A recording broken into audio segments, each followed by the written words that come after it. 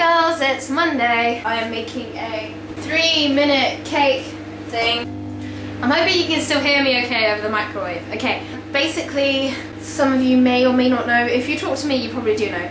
But at the moment, in November, it is Nanowrimo, which is National Novel Writing Month. Just gonna throw it out there. Yes, I say Nanowrimo because I learnt it from Hayley Jehovah and Christina Horner. And that's how they say it.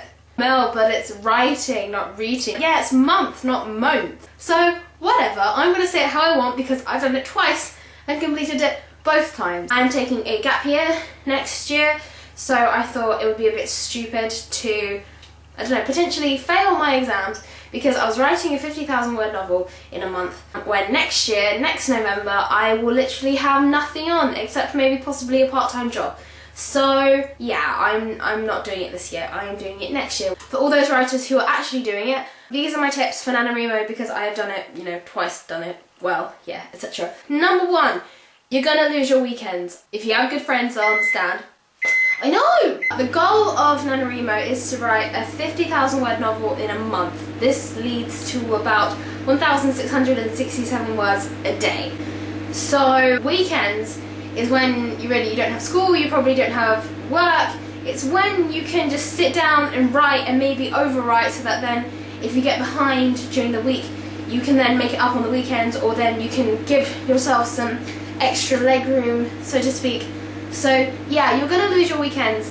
Why do I always Tumblr, and you wanna go YouTube, but you can't afford to do that. You're writing a book and you have a time limit. So try not to go on the internet. That is my second tip. I mean, I'm putting it pretty high up there because I understand how hard this is.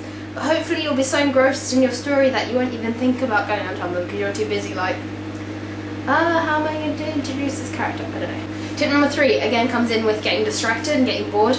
I know, especially now-ish, you're probably reaching more or less the 25,000 word count, which is half of your novel. I understand it's a very stressful time. You probably have most of the plot kicking in right about now. So your emotions go like, because you do go through stages, like the first 10 you're like, yeah, the first 10,000. You're like, yeah, I can do this, great. The 20,000 you're like, oh my god, I've written so much and it's still not the end of the novel.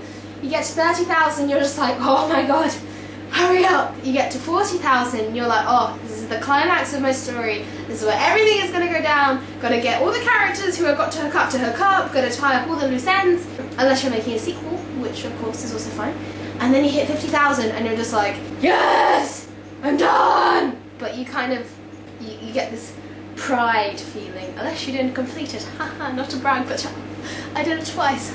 Since you're now at the 25 mark point, my third tip is get some food. It's gonna sound bad because you're not moving a lot, you're just sitting there like this. My food for choice that I used to have was popcorn, because popcorn isn't actually all that fattening. It was something that I could type with one hand and then keep going. It's like a motivation. You can kind of be like, if I write another paragraph, I get a mouthful of popcorn. I like to drink tea because I'm English. Yeah, just something like the food, which you can just be like, there are going to be times when you hate it. If you haven't reached that point yet in 25,000 words, I would be really surprised. But there will come a time where you're just like, I don't, why am I doing this? Why did I think this was fun? I know! But you're a writer. You got into this, you want to do it, you have to do it. There's no shame in quitting, of course. Number 4, make sure you have a plan beforehand. And I know some people are like, I don't like to plan my novels. I'm like, well, you're an idiot. Have a plan, but if your gut is telling you it's okay to shy away from it in certain aspects, then by all means, do it. But I'm saying a plan is best because, like I said, for the times when you're like, oh my god, what am I doing? You can at least be like, this is vaguely what I'm doing, this plan over here.